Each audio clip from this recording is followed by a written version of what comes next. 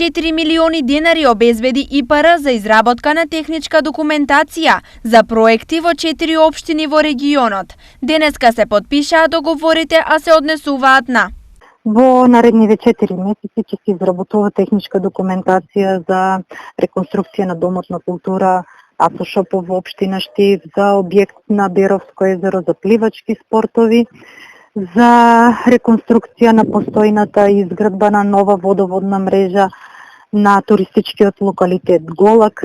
Имаме серија од пешачко-велосипедски патеки за општините, така да некоја вредност за изработка на технички документација од 4 милиони денари, со кофинансирање на општините Делчево и општина Штип. Што представува потпишаниот договор од проектот за туристичкиот локалитет Голак кај Делчево, каде општината кофинансира сума во износ од 173.658 денари. Голак е предвидено реконструкција на постојната мрежа, изградба на 3 нови резервоари, продолжување на водоводната линија.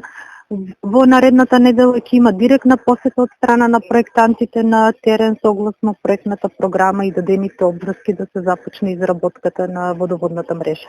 Од друга страна, согласно проектот, предвидената вкупна должина на водоводната мрежа со главниот цевковод е околу 6 километри.